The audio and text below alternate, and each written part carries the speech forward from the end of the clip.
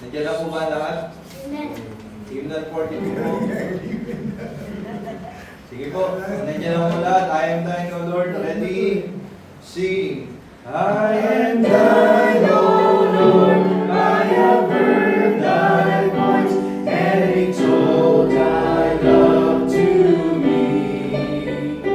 But I long to rise in the arms of faith and be closer drawn to thee.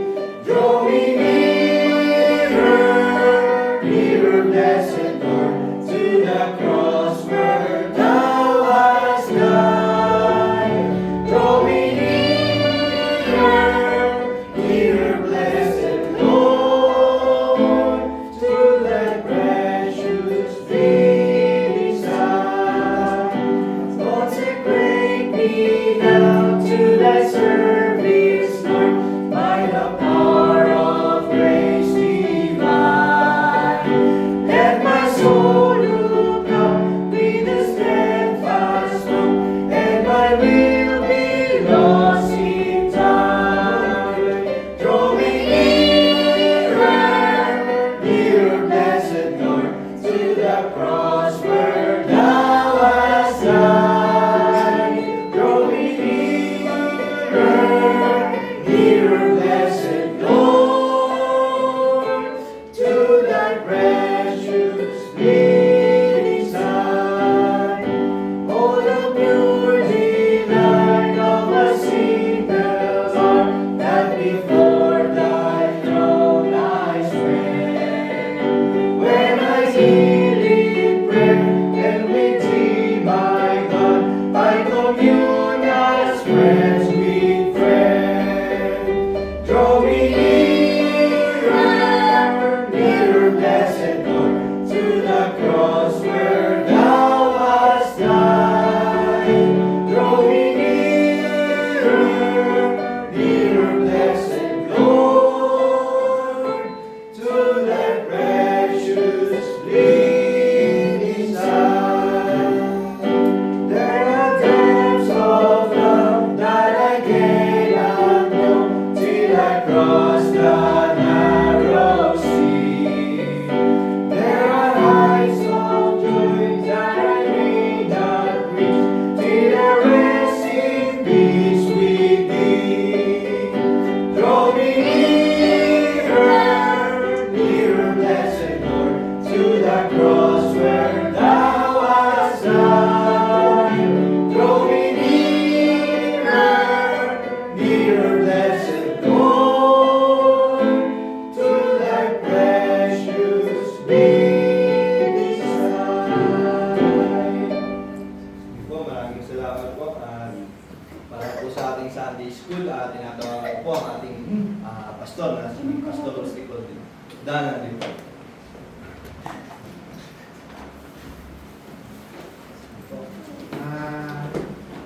Sino po ang nakakaalala ng una nating lesson sa ating Sunday School? Sanctification, perseverance. Sanctification lang pala. Ano po ang tawag natin doon? The work of the Holy Spirit. Tama. So hindi po actually tapos na tayo sa sanctification, perseverance dahil 2 Sundays ago natin tinapos ang practical benefits of salvation. Tapos inaral natin yung work, nature ng Holy Spirit sa lahat ng benefit na natataktan natin mula sa ating kaligtasan. Ngayon po ay sisimulan natin ang bagong lesson pero hindi pa rin po tayo aalis sa doctrine of salvation. Sa tingin niyo po, ano yung susunod nating lesson? Bakit ayaw ng ano natin?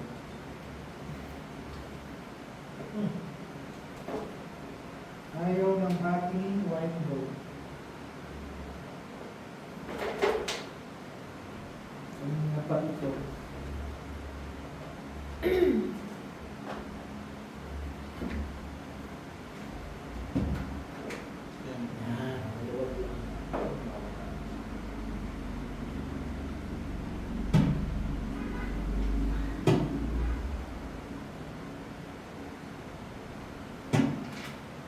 po. Meet lang muna natin para makalis. Tayo ko muna ito. Baka ako nag-shirt dito eh. Oo. Basta, Okay. patayin ko muna. Kapatid mo yung nakakaano. Okay lang. Okay, sige. Isimulan natin yung bagong series natin sa araw na ito. Actually, hindi siya series. Isang lesson lamang siya para sa doctrine of salvation. I don't think sa ano po yan, sa wire. Dito yan sa connector natin. Nakakatulong. Aaralin natin yung tinatawag nating Ordo Salutis, na ang ibig sabihin ay Order of Salvation. Order of Salvation.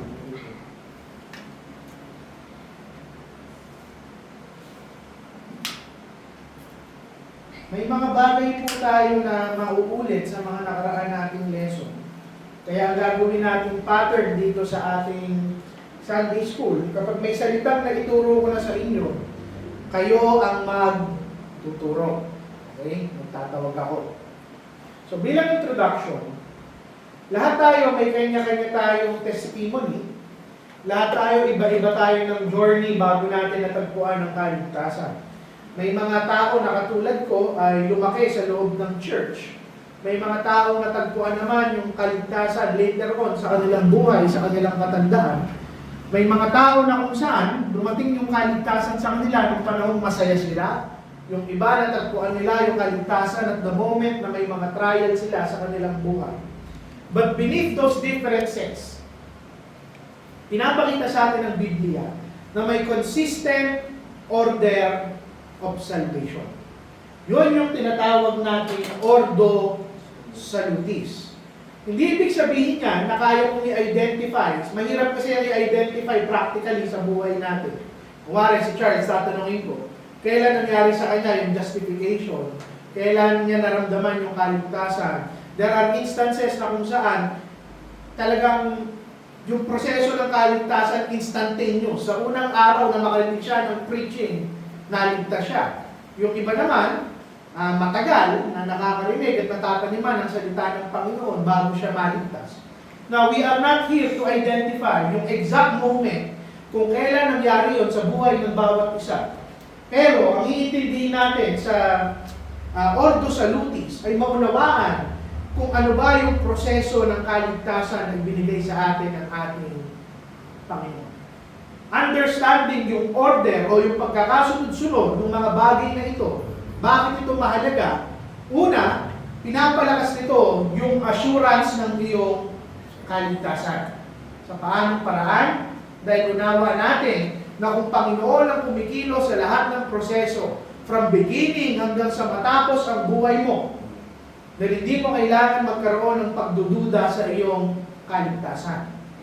Pangalawa, pinapalalim niyan yung worship na meron tayo.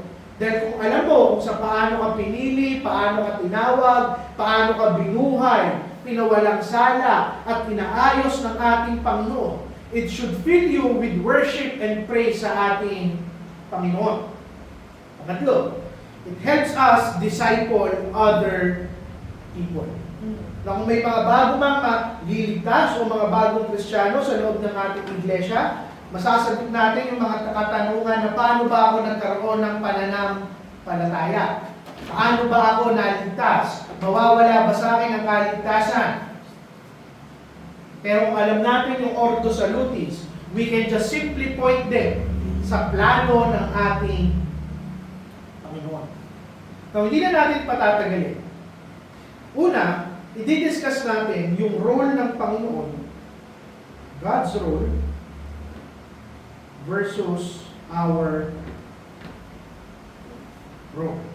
One of the most important foundation para maunawaan natin yung Ordo Salutis, right from the back, kailangan natin maunawaan that God is the author of salvation.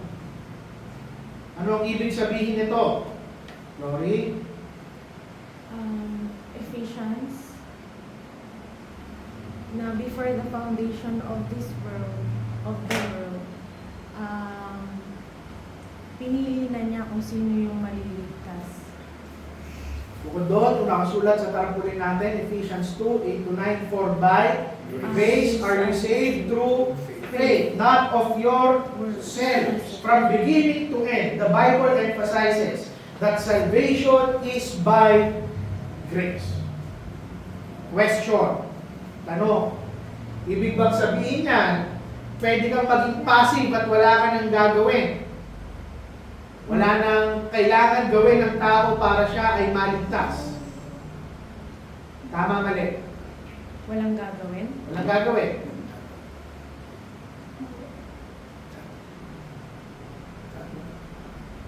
Oo, wala kang gagawin. Kasi, nasa Panginoon yung... Una, tatandaan nyo, inaral na natin, hindi passive ang kaligtasan. repentance. There are human conditions for salvation. Huwag niyong kakalimutan, it is not passive. Hindi ibig sabihin na sa Diyos nang galing ang lahat ay wala tayong gagawin bilang isang tao. I'm not saying may ambag ang isang tao sa kanyang kaligtasan. Don't get me wrong. Pero inaral natin that there is human condition for salvation, which is repentance and faith.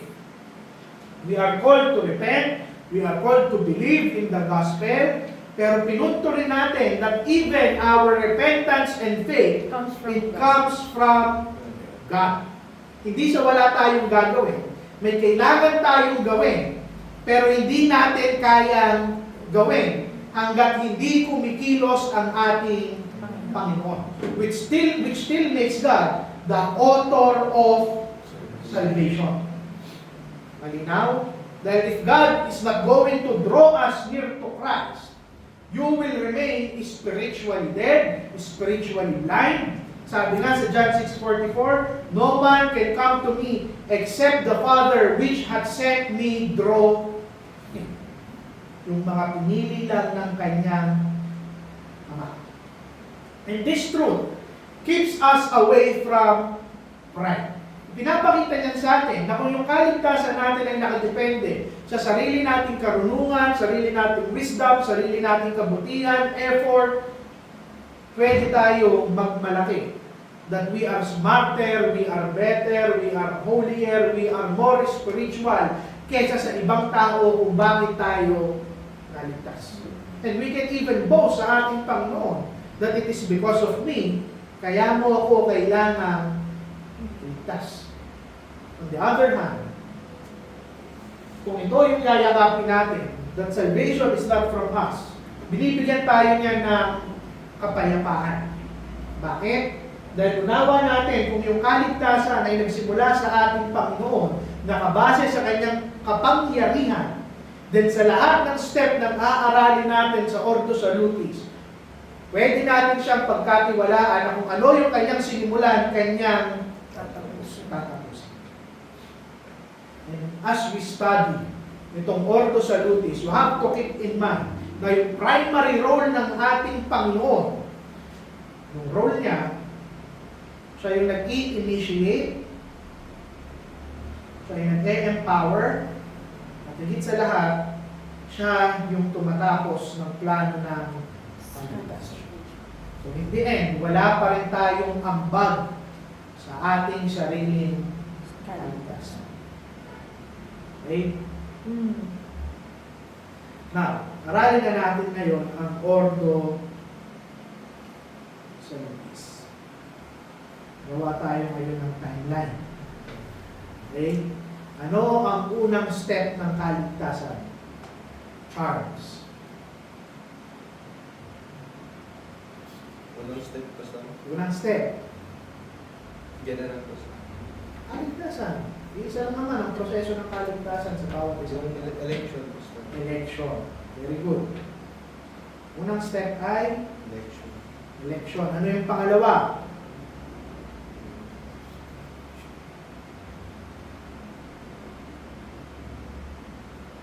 Ito buo yan ha, salvation ko. Yung buong timeline na yan, salvation yan. Yan yung plan ng salvation. So hindi natin gagamitin yung salitang salvation. Yung buong yan, salvation yan. Ano ang sunod? Lori. Yung, Messiah? Okay? Proseso ng kaligtasan natin bilang tao. Lola Joy. So una, sabi ni Church, election, pinili ka. Ano ang sunod? Kung pinili ka, ano mangyayari sa'yo? Repentance. Hindi. Hindi. Paano ka maliligtas? Bilipin. Hindi mo lang. Paano ka magkakaroon ng pananampalataya? Makakarinig ka ng salita. O anong tawag doon? Calling. Calling. Mamaya, i-discuss natin yan. Pangalawa, pag nakarinig ka, anong mangyayari? Bago ka makatanggap, magkaroon ng pananampalataya, ano ang dapat maganap? Repentance. Babaguhin ng Holy Spirit ang yung, ano, oo, regeneration. Regeneration. Yan. Yung quickening, mamaya natin nakakaralan yan kung saan papasok yan sa mga steps. Apat.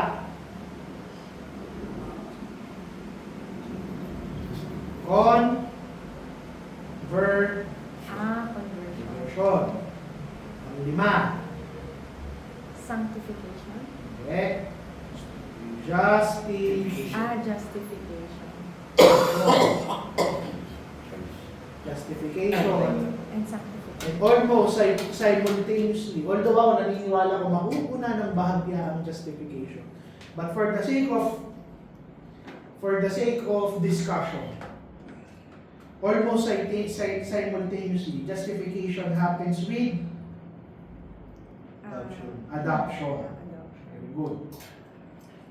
Pagkatapos niyan, ano yung mangyayari? After mong ma-justify, from this point forward, Sanctification. hindi ko alam paano ko ita-timeline eh. Kasi kasi yung dulo nito, glorification.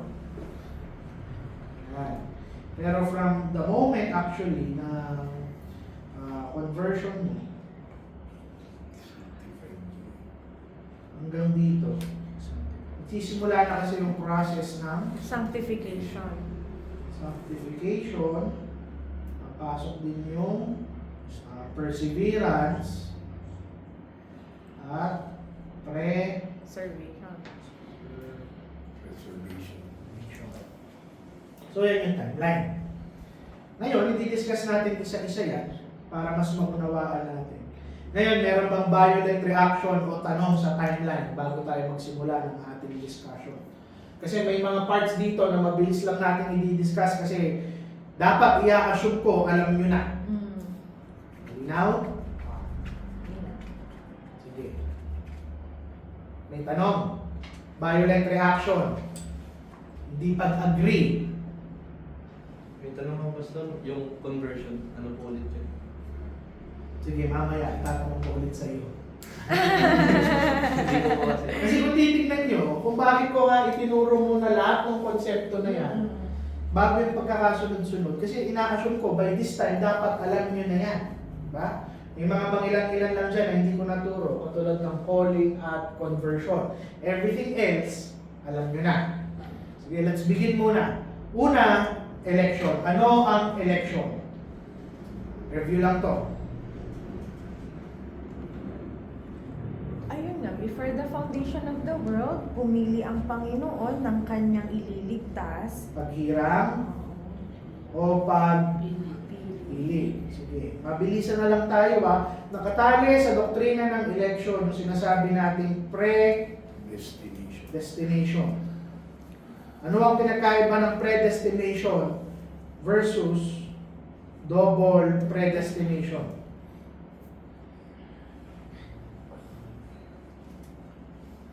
Namili ang Panginoon ng kanyang ililigtas, pero hindi siya namili ng padadala niya sa impyerno. Yon ang predestination. Yung double predestination, namili siya ng ililigtas at namili siya ng dadalhin sa impyerno na hindi tayo naniniwala. Bakit? Kasi hindi niya na kailangan pang mamili kung sinong pupunta sa impyerno dahil lahat naman ng tao hellbound. Yun yung double. Yun yung double, hindi tayo naniniwala. Ano pang nakatie up pagdating sa election? Yung sinasabi natin for Knowledge. Si Novi naman, Novi, anong pagkakaunawa mo sa for knowledge? For you, means na kilala ka na ng Panginoon, alam na ng Panginoon kung sino yung mga pinili niya. Kumbaga wala, hindi yun yung, or nami-misinterpret ng ibang tao na kapag sinabing for you, alam na ng tao na tumanggap siya, dahil alam ng Panginoon na tatanggap ka, kaya ka pinili. Tama. Mali yun na alam na ng Panginoon na tatanggap ka, kaya kanya pinili. Yung for knowledge is to love. Pinili ka ng Panginoon, kaya ka tumanggap. Inibig ka niya, pinili ka niya, kaya ka tinanggap. Meron bang question sa election? Dahil malinaw naman para sa ating lahat to. Yung doktrina ng election, hindi yan dapat nagdadala ng takot at pride sa tao. Ang dapat nang dinadala, comfort. Dahil kung pinili ka ng Panginoon bago palikain ang lahat ng bagay, hindi niya babaguhin ang kanyang desisyon. Pagpili ang desisyon. Hindi nagbabago ng isip ang ating Panginoon. He is not a double-minded God. Romans 8:33, who shall lay anything to the charge of God's elect? It is God that justifies. Pangalawa, calling. Lahat ng pinili ng Panginoon, kanyang tatawagin. Alis na tayo sa timeline kasi gugulo tong notes natin. So, una, election. Pangalawa, yung calling. There are two aspects of calling. Charles, dahil ikaw yung nag-preach, ano yung dalawang klase ng calling? General. Lori, Calling. Through His Word. Lola Joy. Dalawang klase ng calling. General calling. General at Scripture. Scripture. tinuro na to sa Santolan. Yung mga taga-Santolan dati, alam nyo dapat to. Tinuro to ni Pastor Robert sa Sunday School. Ano yung general and... Effectual. Effectual. calling. Dapat alam mo to, Charles. Sinabi ko to sa preaching mo. Calling is how God draws us to the preaching of the gospel. There are two aspects or two types of calling. Una, yung tinatawag natin general call. Ano ang general call?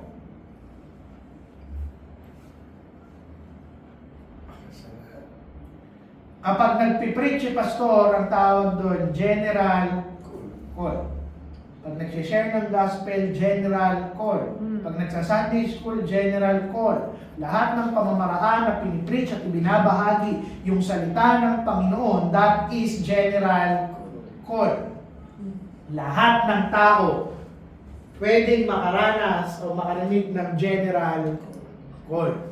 Yung effectual calling ay yung pangungusap ng banal na espiritu inwardly sa bawat isa that is personal and powerful. At hindi lang siya yung basta ipinipreach yung salita ng ating Panginoon. Pero dito na nagme-make sense yung pangungusap sa iyo ng ating Panginoon. Dito mo unang mararamdaman yung salitang, ano yung ginagawa ng Holy Spirit sa atin based last Sunday? Quickening. Conviction.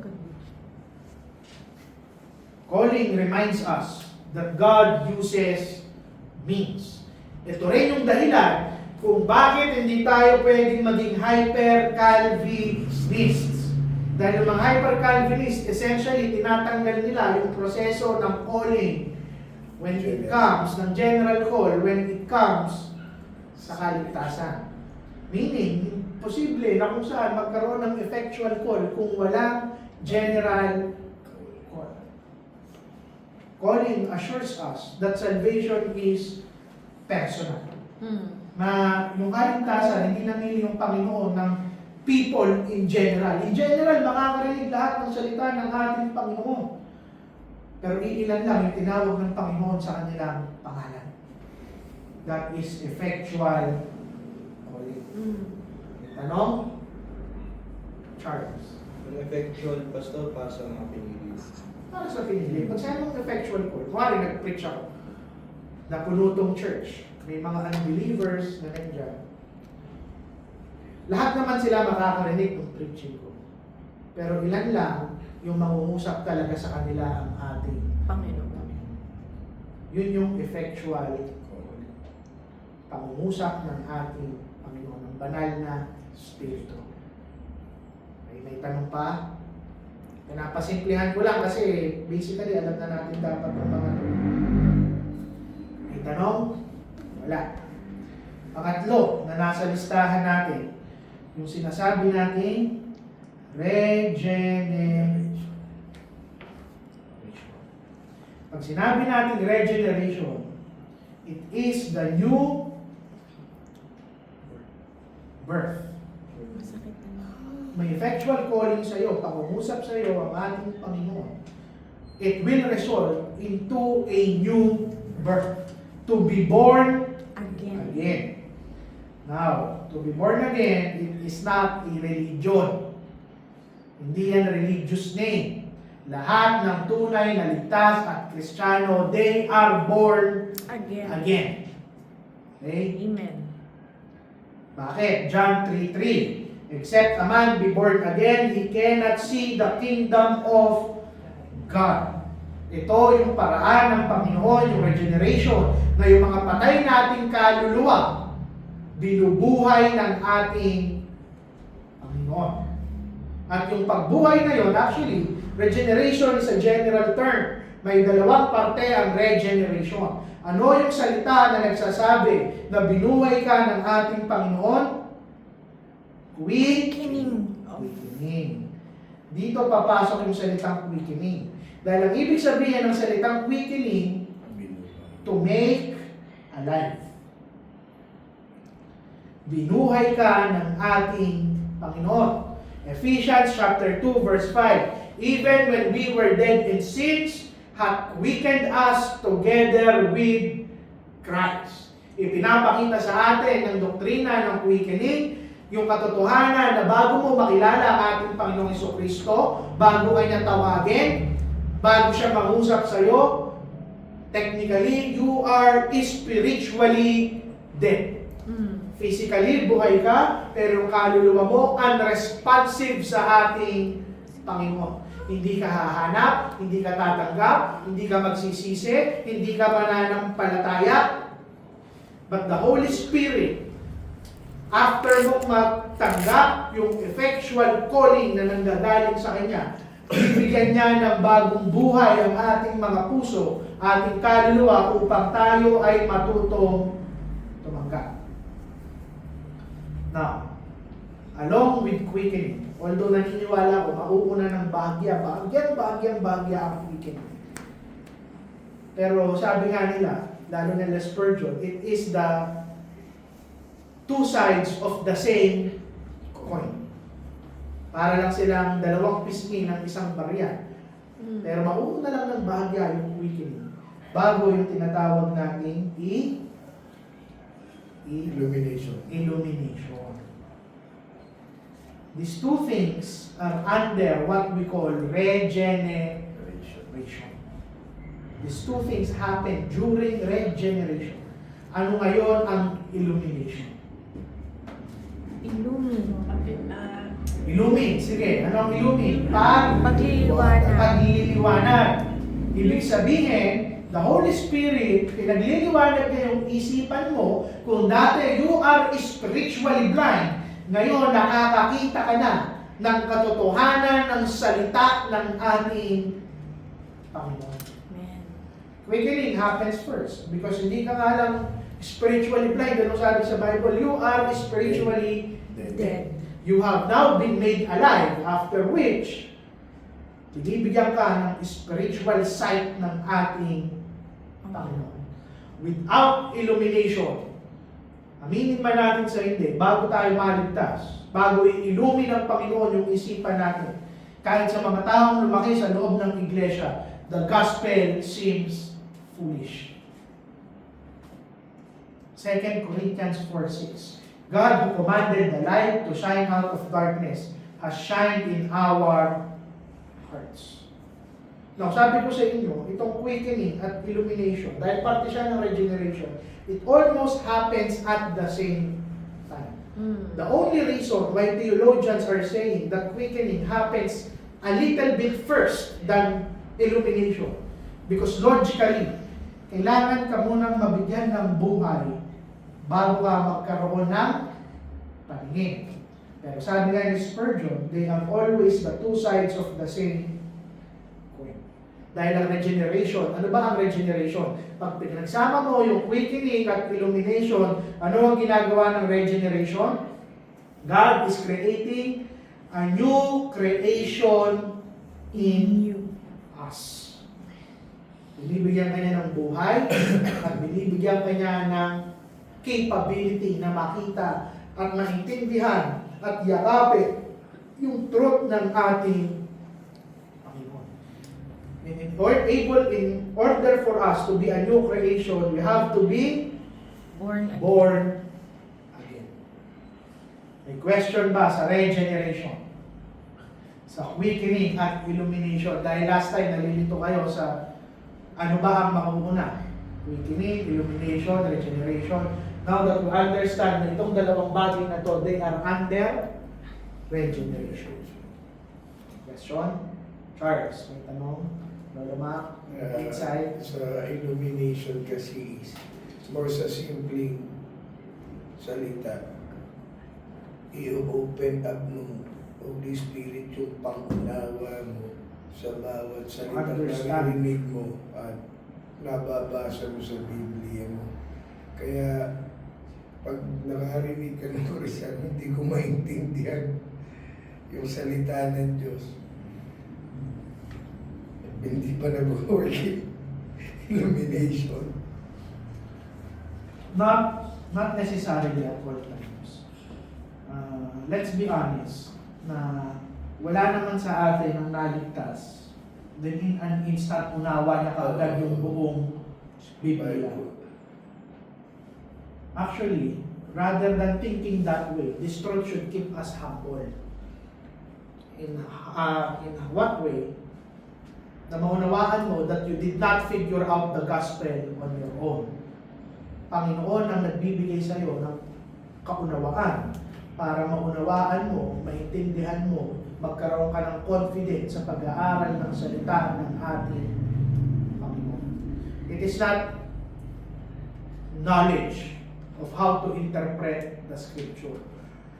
That is a different thing. Tandaan nyo, inaral din natin last time, na you can know the entirety of the Bible and all of its doctrine. Unawang-unawa mo yan, mas magaling ka pa kaysa sa isang Kristiyano.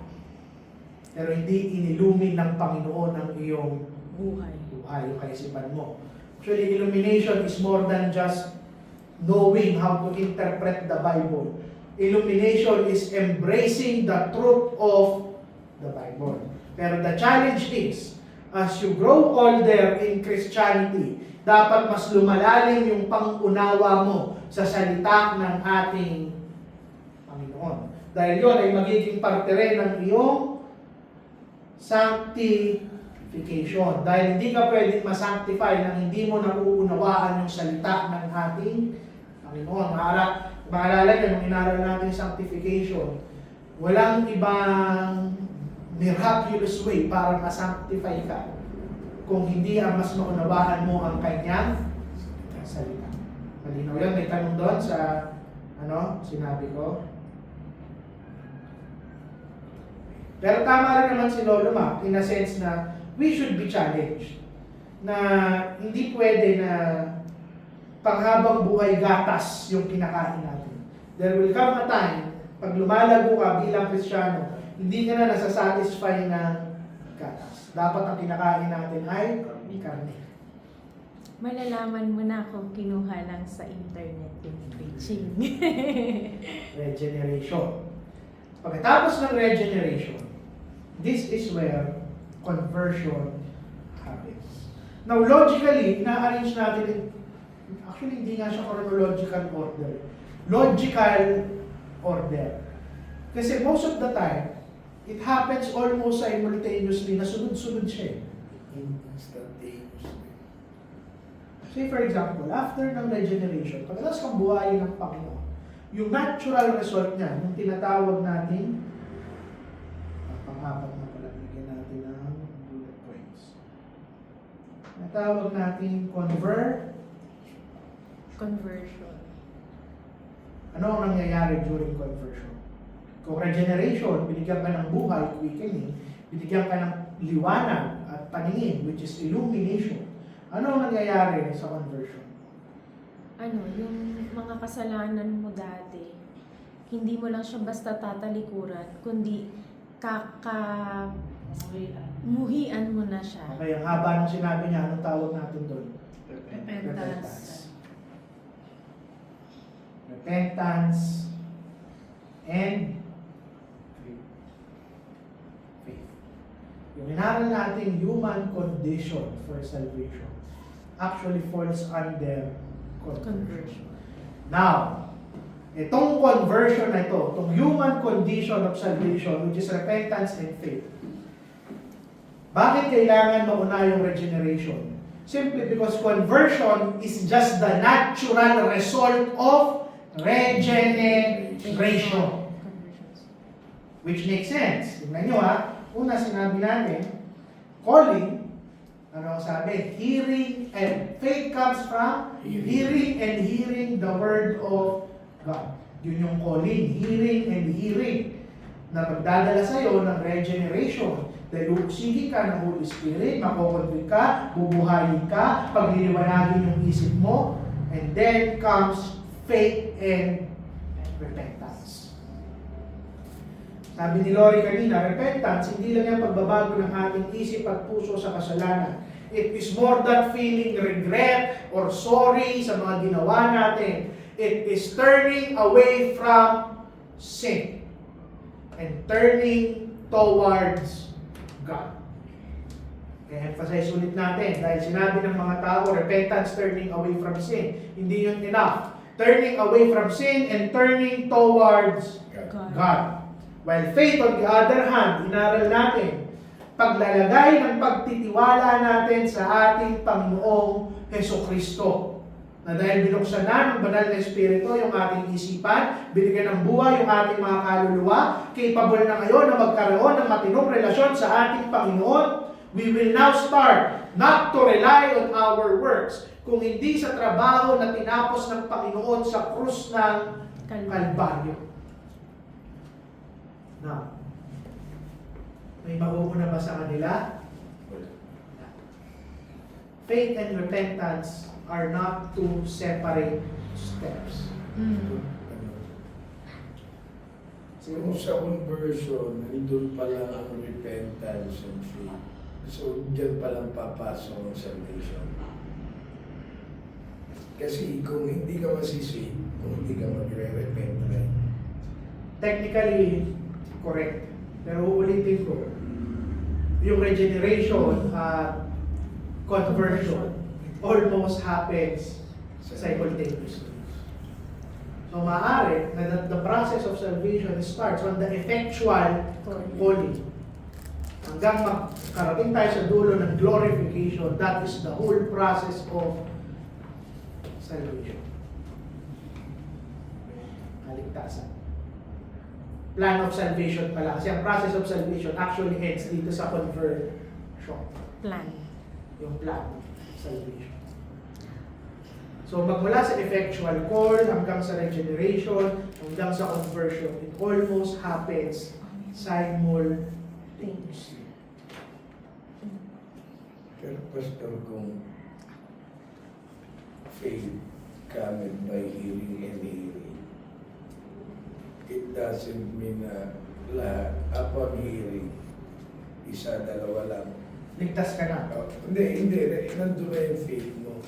So may mga Kristiyano, matagal talaga silang Yes. Correct. na-convert. Correct. Mahabang panahon sila nakakapakinig, pero matagal yung conversion na ganyan.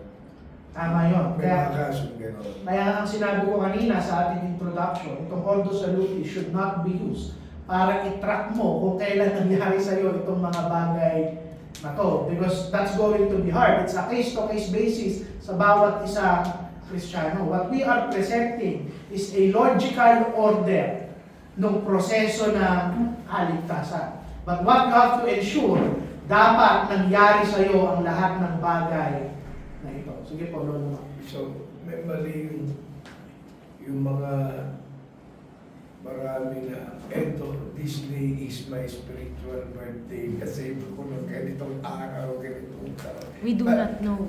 Parang may problema sa ganun. Mm. Yes. Technically. Pero possible din kasi na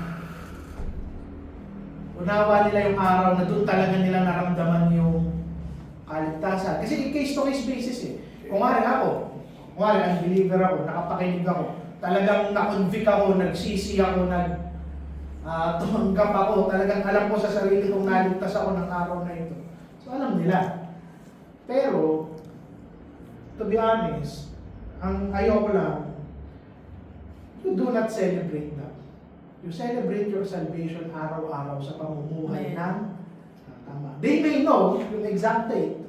Kasi baka hindi sila katulad ko na lumaki sa Christian church na araw-araw talagang nakaka-rinig until such time na naunawaan kong lubos yung salita ng Panginoon. Pero, it's not yung spiritual birthday mo yung mahalaga. Kung tunay kang Kristiyano, you celebrate salvation every single day ng iyong Buhay. buhay. Amen. Pastor, ako nga po hindi ko alam kung kailan ako naligtas. Hindi ko maalala kung ano yung araw na yun. Pero ang mahalaga po, naligtas ako na sa pinapakita ko sa Actually, ang mahalaga, sigurado kang ligtas. na daanan mo yung lahat ng proseso. May tanong po, Pastor. Pag nalagtawan po ba yung calling?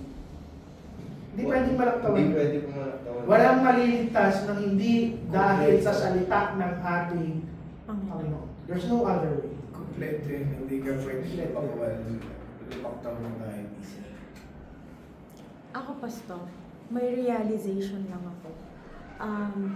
Inaaral natin to, no, yung order of salvation. Ang realization ko lang, lahat ng mga bagay na ito ay galing sa Panginoon. Wala kang dapat ipagmalaki dahil simula pa lang sa pagpili niya sa'yo, wala kang ambag dun. So, inaaral lang natin to, hindi para, ito yung order ito yung dapat ganito, ganyan. Hindi yun yung purpose niyan. Ang purpose niyan is, ma-realize mo na wala ka talagang ambag sa salvation mo. At magpapasalamat ka na lang sa grasya ng Panginoon na hindi ka pa nabubuhay sa mundo, pinili ka na niya. Yun. At hindi yun doon natatapos na pinili ka niya, tapos na ikaw ay saved. Doon tayo sa sanctification at hanggang humantong tayo sa glorification. So, it's a challenge din at the same time. Mamaya ka na mag-insert dyan kasi hindi pa natin discuss. Okay. Number 5, anong sunod na mangyayari? Pagkatapos mong manampalataya at magsisi, justification. At may kadugtong kaagad yan, which is adoption. Ulitin ko, justification happens a little bit muna before adoption. Pero halos magkasabayan. Kasi in an instant, pagkas mong ma-justify, you are already Adopted. Bakit? Ba't magkatali yan? Tandaan nyo, ito yung isa sa mga positional benefit ng kaligtasan. Both of these talk about yung posisyon mo sa harap ng ating Panginoon. Justification, pinawalang sala ka muna ng ating Panginoon. It is as if you have never sinned. Afterwards, you are adopted into His family. So halos magkasabayan, makuuna lang ng konti ang justification. Now, ano yung application ng justification sa atin? Dapat bigyan ka niya ng kapayapaan sa buhay mo. Na hindi ka na mag-struggle sa guilt, hindi mo na iisipin na kailangan mong makamtan, ma-earn yung acceptance ng Panginoon sa araw-araw. But justification should give you the assurance na kung tinanggap mo siya at nagsisi ka sa kasalanan mo, pinawalang sala ka ng ating Panginoon. Na hindi ka niya inibig, hindi ka niya inampon dahil righteous ka. Inibig ka niya at inampun ka niya because He has declared you righteous in Christ. And because you are righteous, not on yourself, but in Christ. Inisip mo nga, kaya tayo in-adopt ng ating Panginoon. Simply because hindi na tayo yung nakikita niya, kung hindi yung kanyang anak na si Yesu Cristo. Now, you have been adopted into the family of God. Kung yung justification, binibigyan ka ng legal standing. Yung adoption, binibigyan ka ngayon ng familial standing sa harap ng ating Panginoon. So in short, ang maganda rito, God goes above and beyond. Hindi kanya lang dineclare legally as righteous, but beyond being legally righteous, tinanggap ka niya bilang isang parang kang pumatay, pinatay mo yung anak niya. Hindi kanya lang niya pinatawad at pinawalang sala, ipinalit ka pa niya sa kanya, anak, inampun ka niya. So, in justification, He is a judge declaring you righteous. But in adoption, He is a father welcoming you bilang kanyang anak. May tanong dito? Ano, Pastor, it makes sense yung sinabi mo kaninang purpose natin kung bakit inaaral to. Para masigurado mo sa sarili mo na, ayan, for example, ginastify ka ng Panginoon, inadopt ka niya, maano mo sa sarili mo yung assurance ng salvation mo. Ma-assure mo yun.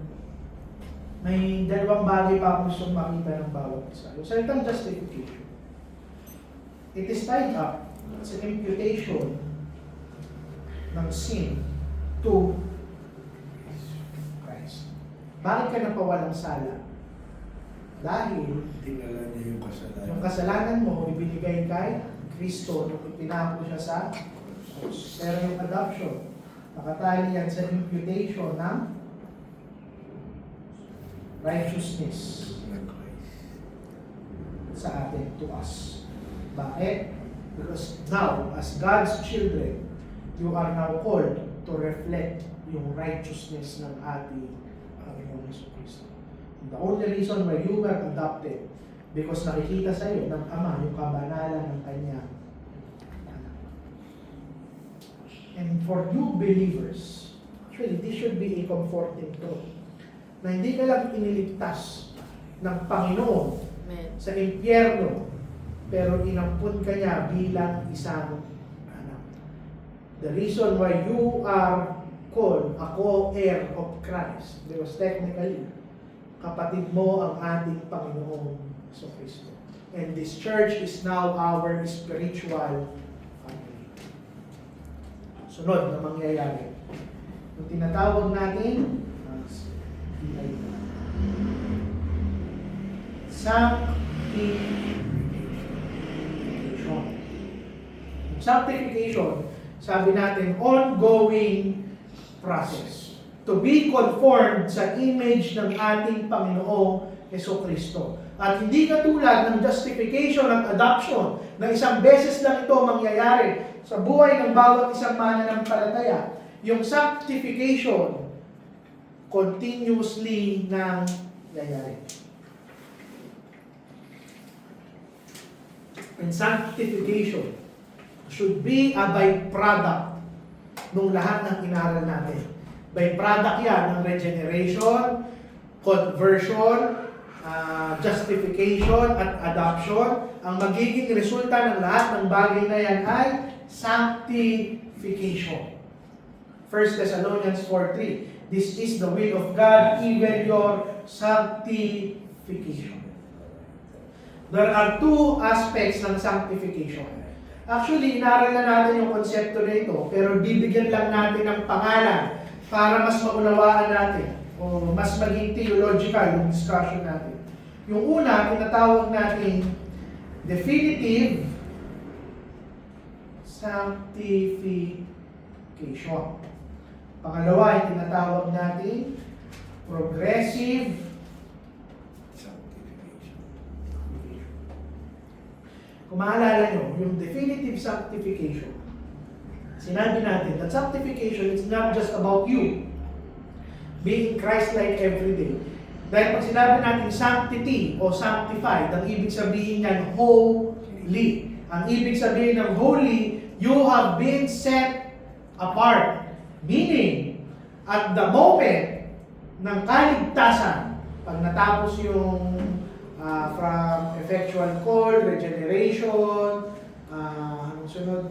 Conversion, justification, adoption. At that moment, dinedefine ngayon ng Panginoon yung trajectory ng buhay mo that you are set apart as God's holy people. Kaya nga tayo tinawag na priests, and we are part of this good and great priesthood because dinefine ng Panginoon yung sanctification na dapat mangyari sa iyong buhay. While yung progressive sanctification, ito naman yung pang-araw-araw na lumalago tayo sa kabanalan, pagsunod at pag-ibig sa ating Panginoong Jesucristo. May tanong doon bago tayo mag-proceed? So, doon din nagaganap yung battle sa Yes. progressive sanctification Yes. ng old and new man. Correct. So itong definitive sanctification, once lang to. Ito, continuous. Pastor, ako meron akong tanong. Nung unbeliever pa ako, di ba, uma-attend ako sa Bible study, ganyan. Tapos nung bigla akong, syempre, nakakilala sa Panginoon, ganon. Tapos nagpa-process ako. Dun ako sa process na nakikilala ko ang Panginoon, ganyan. Bina-Bible studyhan ako. Dun palang nararamdaman ko na parang kalaban, parang hindi umaayon or parang nag-start na may nangaaway sa akin, ganun. Paano mo ba ma-explain yun? Yung parang Wala ka bang tanong? parang kalaban ako na, parang may kumakalaban sa akin, ganun.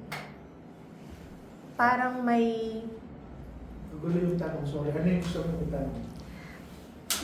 kasama ba yun sa process na parang yung dating, oo, yung dating, yung mundo inaaway ka, yung parang ganun, yung feeling ko dati.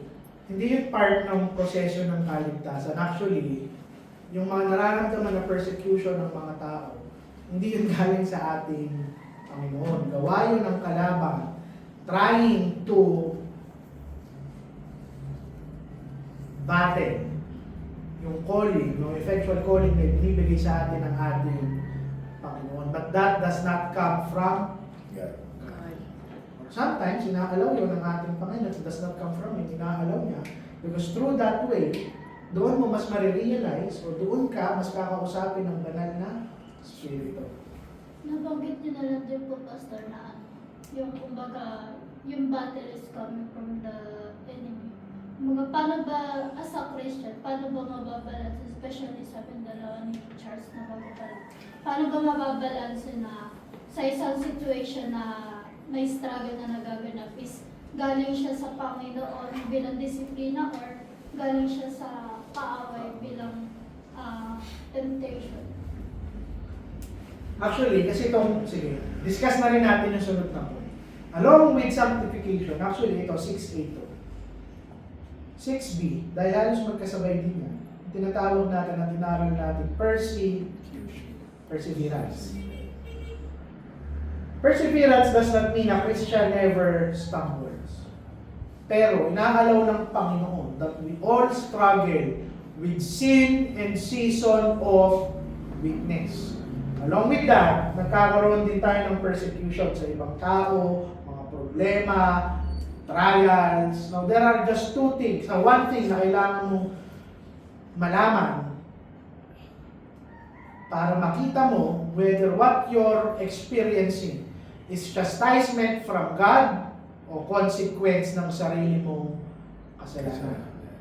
You have to be spiritually sensitive. Alam mo dapat sa sarili mo, ikaw ang walang ibang tao makakapagsabi sa iyo. Alam mo sa sarili mo kung ano yung nararanasan mo. Kung bunga ba yan ang kasalanan mo dahil palo yan sa'yo ng ating Panginoon, o pwedeng trial lang yan para mas i-refine ng Panginoon ang iyong pananampalataya. Either way, kung tunay kanyang anak, the outcome should be sanctification. When you persevere during a certain situation, ang outcome niyan, kung tunay kang anak ng Panginoon ay sanctification. May share ko kayo, Lolo Ma'am. Wala. Sa point na yan. Minsan nagiging highly prostituted na yung salitang nasa pagsubok ako. Wherein ikaw ang may kasalanan dun sa ginagawa. Baka hindi pagsubok, pagpalo. Pinagdadaanan mo. Dalawa kasi yan. Kailangan mo talaga maging spiritually sensitive. Sinusubo ka ba o pinapalo ka ng ating? Dalawa lang yun. But either way, kahit alin doon sa dalawa, kung tunay kang Kristiyano and you persevere sa katotohanan, doctrinally, morally, practically, it should lead you to sanctification. Kasi, Pastor, di naman mawawala pa rin yung preserve ka, iniingatan ka pa rin talaga ng Panginoon. Actually, buti po nabanggit nyo, buti ka ko na makalimutan. Yung only reason why we persevere is because we are preserved. Kahit yung pagpapagal natin, pagkilos natin, sinusubukan natin maging mabuti, pag-aayos sa atin ng ating Panginoon sa sanctification process. It only happens because we are preserved by God. Yung security ng isang persevering life, hindi yan galing sa sarili nating kagustuhan na maging mabuti at marangal. Ang gagaling yan sa preservation ng Panginoon sa mga taong kanyang ginustify at inampon sa kanyang pamilya. Malinaw po. At panghuli, number 7. Ito na yung glorification. Glorification is the final step ng kaligtasan. This is when the body and soul is made perfect. Talagang mako-conform na tayo sa imahe ng ating Panginoon. Romans 8:30, whom He justified, them He also glorified. Revelation 21 verse 4, God shall wipe away all tears from their eyes, there shall be no more death, neither sorrow nor crying, neither shall there be any more pain. At the moment ng glorification, dito tatanggalin ng Panginoon yung lahat ng bahid ng kasalanan sa ating mga katawan. Yung ating minds, yung ating isip, yung ating puso. Ito na yung panahon na perfectly aligned na ito sa kagustuhan ng ating Panginoon. And the goal actually ng sanctification, kung bakit ka pinoprune at inaayos at pinoprogress ng Panginoon yung estado mo, it is a readying for us to be glorified. Glorification gives us hope. Na kahit anong nangyari dito, lahat ng pagsubok mo, palo sa'yo, trials mo, pakikipagdigma mo sa kasalanan, ina-assure ka ngayon ng glorification na hindi magtatagal yung struggle mo sa mundong to. At hindi yan panghabang buhay. Now, there are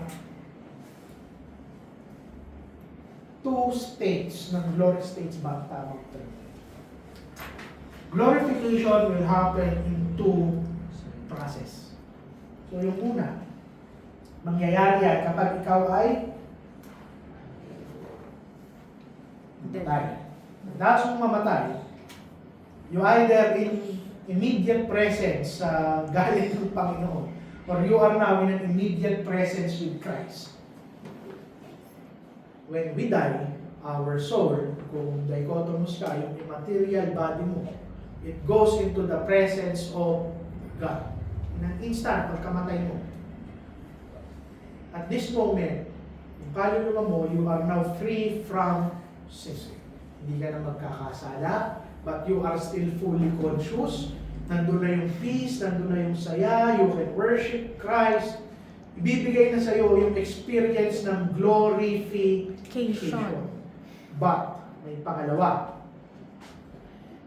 At the point of death, hindi pa dito yung glorification ng ating mga katawan. Kailan mangyayari yung glorification of the body, yung resurrection ng ating katawan? During the rapture. Second coming. Revelation. Ang final stage ng glorification happens at the resurrection. Pagbabalik ng Panginoon, bubuhayin niya lahat ng ating mga katawan. It will be raised, it will be transformed, it will be reunited sa ating mga kaluluwa. Soul and spirit. At then, yun yung glorification of the soul. Ibig sabihin, bibigay sa yung perfect holiness, you are now in the presence of Christ, but at the second coming, ito na yung glorification ng ating mga katawan. Ito yung sinasabi natin sa Revelations, na glorified body.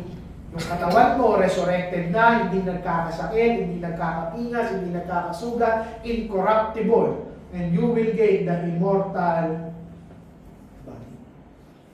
Now, dito na natin tatapusin dahil late na tayo, 11:11 na. Last 4 minutes. Tatlong bagay na dapat mapulot natin sa Ordo Salutis. Una, sabi ko nga sa inyo, assurance ng iyong kaligtasan. Na maunawaan mo na dapat nangyari sa akin yung lahat ng bagay na ito at ramdam mo na nangyayari sa iyo yung lahat ng ating inaaral. Pangalawa, yung assurance na yan, ibibigay niyan sa iyo yung assurance dahil unawa mo na lahat ng step na dinaskas natin, Panginoon ang gumagampan at kumikilos. Now, hindi lang assurance, Ordo Salutis should not give us pride. It should give us humility at gratitude. Dahil nire-remind tayo nito that salvation is God's work from beginning to end. Na hindi natin siya pinili niya tayo. Na hindi natin ni-regenerate yung ating sarili. Siya yung nagbigay ng buhay sa atin. Ibig sabihin, wala dapat pride sa paglakad natin bilang mga Kristiyano kung hindi matinding pasasalamat lang sa ating Panginoon. Panghuli, this should lead you to a life of holiness and obedience. Understanding na yung lahat ng bagay na ginawa niya is for you to be sanctified, to persevere, to be preserved, at mag-glorify. Ibig sabihin niya, dapat, practically, this should lead you na mamuhay ng tama sa harap ng ating Panginoon. Yan muna natin tatapusin ang ating Sunday School. Entertain na lang ako ng dalawa na lang question or insight, kung meron pa. Charles, meron. Parang napag-aralan, Pastor, yung pagsunog ng katawan. Di ba kung glorification? Yung mga sinunog na katawan. Makakarinig. Nire-relate. Actually, that is one of the reasons kung bakit hindi tayo nag-cremate. Pero kung may Kristiyano man, kumari, wala naman siyang choice, pagkain na siya. Cremate siya ng kanyang pamilya. There is nothing impossible with that. Posibleng hindi yung kaya ng Panginoon. Kahit isaboy mo pa yan, kahit sa sulok mapunta yung alikabok niyan. Pero kung na-request niyang Ayun lang. Bakit hindi natin yung ginagawa? Paggalangan sa katawan na ibinigay sa atin ng ating Panginoon. And for us to let the world know na naniniwala talaga tayo na kahit patay na tayo, balang araw, bubuhayin tayo ng ating Panginoon. With regards to brother, tulad mo nasasapugan ng mga bomba, vulkan, talagang wala rin natitira eh. Kaya hindi tayo siguro kailangan maging masyadong dogmatic about it. Pero hindi natin pinopromote ang cremation. We're not dogmatic about it, but we don't promote it. As a sign, upang ipakita natin sa lahat that we truly believe that one day God will resurrect our bodies. Isusuka nga sila palabas ng mga kusan man sila. Yung kinain ng pati, paano yun? Wala nang body yun. Kaya ang isusuka pa rin sila, ilalabas pa rin sila. Di, pero may natitira pa rin naman sa katawan niyo. Yun nga, iniisip ko gaano ka-amazing yun, no? Lalo na yung mga crenimate na... Pinatitira pa rin Kasi yung iba crenimate nilagay sa earth. Pero nung unang kapanahonan, pag crenimate ka, ang ginagawa, Sinasaboy. Sasaboy. Kaya iniisip ko, sa ang sulok ng mundo napunta yung mga apo, magsasama-samahin ng Panginoon. I can't imagine how. Pero we truly believe that glorification will happen sa muling pagbabalik ng ating Panginoon. Okay? Kung wala na pong question, sana malinaw na ang Ordo Salutis. Wala nang magtatanong kung anong nauna ha. Malinaw na. Sa susunod, hindi pa rin tayo aalis sa Doctrine of Salvation. Aaralin natin systematically yung total depravity, unconditional election, limited atonement, irresistible grace, and perseverance of the faith. Susubukan natin himayin na one Sunday, isa lang ang aaralin natin. So, may isang buwan natin ito aaralin. Okay? Kung wala na, tapusin natin sa panalangin. Lord, salamat po sa discussion, paghihimay namin ang katotohanan ng inyong salita. Salamat sa mga taong nandito, Panginoon, na sumusuporta. At nawa, sabay-sabay kaming lumalago, Panginoon. Salamat sa biyaya. Nawa, samahan niyo kami, ang presensya niyo, ang dalangin namin sa araw na ito. Maging tama ang aming mga puso sa pagsawa. In Jesus' name we pray. Amen. Sige po, 5-minute break. Start po tayo. Ay,